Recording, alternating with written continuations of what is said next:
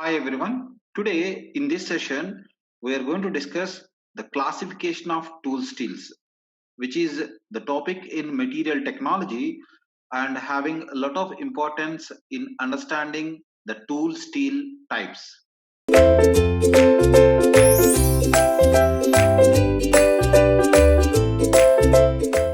Now, let me discuss the classification of tool steels and how it is classified and what are the various features in tool steels. Before going to classify the tool steel, let me explain what is exactly the tool steel here.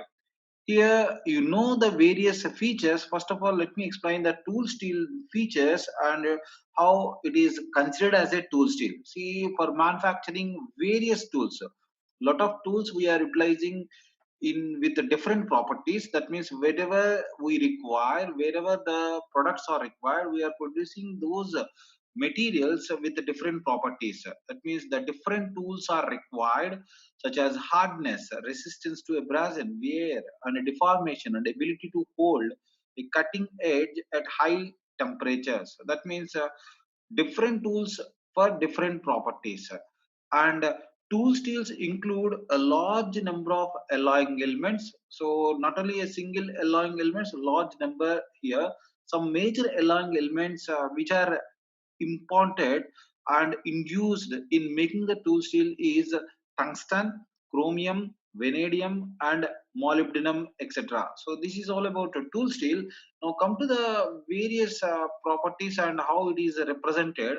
The representation. Suppose if you classify the tool steel like this, depends on it's a shock resisting, depends on hot work, depends on mold steels, depends on cold work, and depends on special purpose. That means depends on the usage of the tool steel. We are classified the tool steel in different fields, and we have represented with the series. Suppose if it is represented as a shock resisting, the tool steel is represented as a S series. If it is a hard work, H series. If it is a mold steels, P series. And cold work, lot of variations are available, and special purpose steels are also available, and high speed steels are also available. Let me show you the various examples of these alloys. If it is a cold steel, that is a cold work, water. W stands for the water hardening, O stands for oil hardening, A stands for air hardening, and D stands for high carbon and chromium percentage. You can see the example, that is the industrial names W1, W2, etc., etc., and shock resisting S. And these are the examples in industries. If it is a hard work, H. If it is a chromium type, tungsten types, molybdenum types are available. If it is a high speed, molybdenum and tungsten types are available like this, and mold types are represented like this. So this is a classification of two steels. Let me discuss one in detail. Suppose if you take the water hardening tool steel, what it means. The water hardening tool steel is exactly the plain carbon steel, but sometimes alloy elements are used for achieving better properties. So that means it is a cheap as compared to the other tool steel, and hence largely used here. And it is goes from the water quenching process for hardening. This is the main point why we are calling that tool as, or that tool steel as a water hardening tool steel here. And if it is a shock resisting tool steel, so that means some tool steels will absorb the load and it will not transfer to the product. So those materials or those tools can be represented as a shock resisting tools. That means it has to resist the shock given by the material or given by the any other, say, product. Now let me discuss the features of this. As per name here, this tool, that is a shock resistant tool, steels are designed or designated to resist shock, sudden loads. If sudden load is applied on the steel, it has to resist at low and high temperatures. So that means even at room temperature it has to resist, even at high temperatures it has to resist. That is the feature of a shock resisting tool steel. And what it consists of, that is a tool steel, that is a shock resisting tool steel consisting of the chromium tungsten, manganese, silicon, molybdenum as alloy elements or as a group of alloying like chromium, tungsten, and silicon, manganese, etc. So these are the various constituting elements consist by the shock resisting tool steel, with which we got this resisting property. That means resistance to shock property we can get by adding these materials in the steel, and it shows the properties like abrasion resistance and hardenability. Not only shock resisting tool here, that is it also having the property like abrasion resistant and hardenability property. And if you observe the cold work tool steel, this is another tool steel, or why it is called as exactly cold work steel. If you see the sentence here, the cold work steels are used for cutting, forming materials at low temperature. That means even at room temperature. That means without using cold working means at room temperature, these particular tools can be used to cut or to form the materials. That means successfully without deformation, these materials can be utilized at room temperature, which is actually represented as a cold working tool steel here.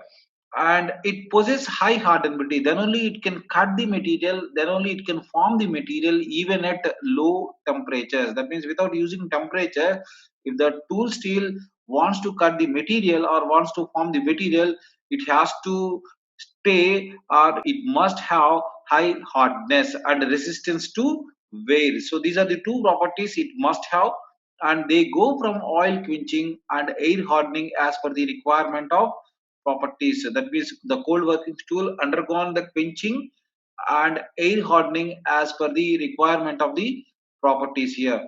And it also again, so that means if you further classify the cold work steel as follows, there is oil hardening tool steel. Suppose if you use oil as a quenching process, it is represented as a oil hardening tool steel. And medium alloy air hardening tool steel, and high carbon, high chromium tool steel.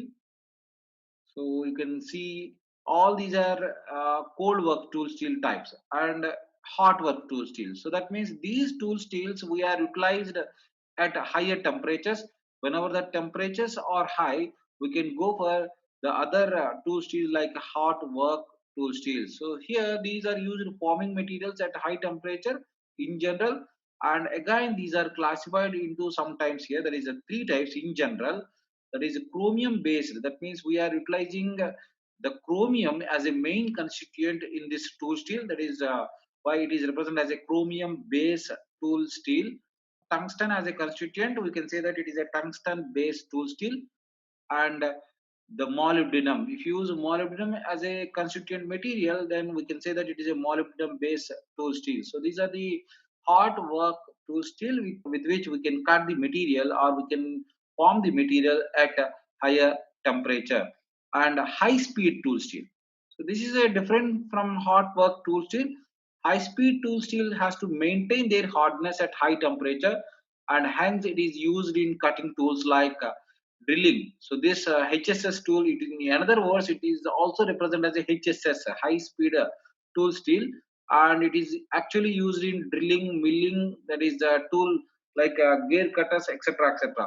So these can be used in all these high speed machining process, in which high hardness is required and high temperature is also used in these particular processes. In all those processes, if you utilize a high speed tool steel, it will be benefited. And this again classified into the following type. There is a one, if you use a tungsten, that is represented as a tungsten based tool steel. And molybdenum, if it is used, then we can say that it is a molybdenum based tool steel here.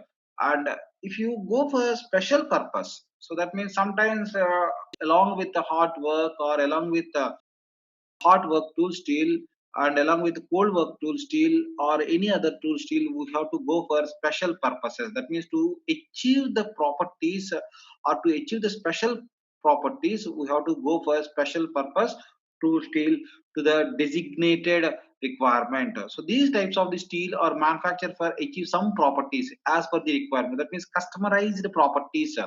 sometimes the needs are different. The needs may change from time to time, may change from product to product. If that product requires some customized requirement, then we can utilize this special purpose tool steel here. For some properties like increased in wear resistance, high hardness is required for some product, and to hold sharp cutting edges. So for these type of purposes, we have to go for special purpose tool steel. Stainless steel, this is a general tool bit with which we can achieve a lot of things, and actually it contains chromium, molybdenum, nickel along elements, and which makes actually it is a highly corrosion resistant. So that's why we are utilized, or we are utilizing this stainless steel tool bit in vast applications, and they do not corrode in most of the environmental conditions. That is the main advantages with why we are utilizing the stainless steel tool bits. And due to this, they are known as stainless steel anyway.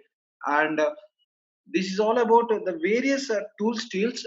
That is the types of tool steels is utilized in various applications. So I hope you have understood. And in next coming session, we will discuss the other technological points in material technology. Thank you. Thank you, one and all.